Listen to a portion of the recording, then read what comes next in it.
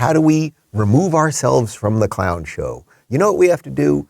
We have to put people in office who are clear and competent and have a sense of what the actual mission is. I don't know if you've heard of this guy, Ron DeSantis, here in Florida. Check this out. What I see around the country with Republicans is they've started to develop a culture of losing.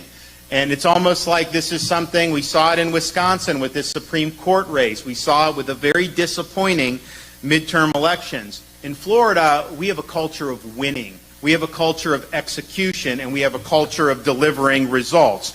And you need to be able to win. It's not easy.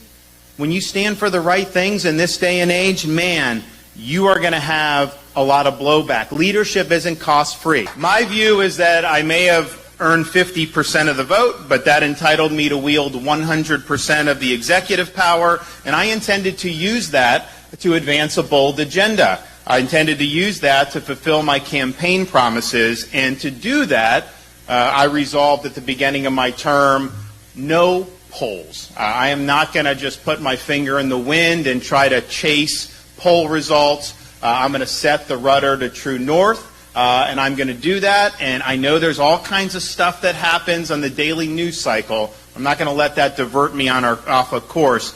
A poll can tell you a snapshot in time, but it does not tell you what the results would be if a leader sets out a vision, executes on that vision, and then delivers results. Leaders are not captive to polls. Leaders get in front of the polls and then shape public opinion. And that's what we said we would do. Execution and delivering results. What do I keep saying? We want clarity, competency, and communication. That's exactly what we're doing. He's executing on the things he said he would do one at a time.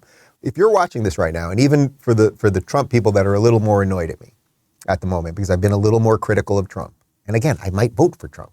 I basically like Trump. I just don't like the attacks, but okay.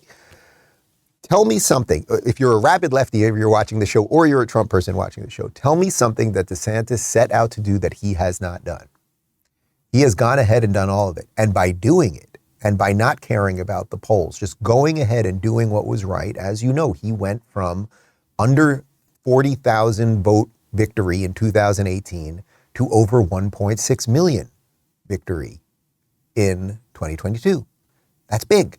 That is big. So if you pick the fights properly, you will also, and this is the other interesting part, you all know this, there's a reason why your Democrat or lefty or liberal friends are so crazed. They're so crazed because they're not connected to reality. If you don't understand the biological differences between a boy and a girl, if you don't understand that this new leftist racism is just a repurposed version of old school racism, so many of the things, if you don't understand why the Democrats run around pretending they care about poor people, but it's all of the cities that Democrats run that poor people have it the worst, and homelessness is the worst, and drug use and all those things, they're so disconnected from reality. But what they do, but we're nice. But we give other people's money to things. We're very nice. So these people become endlessly hysterical.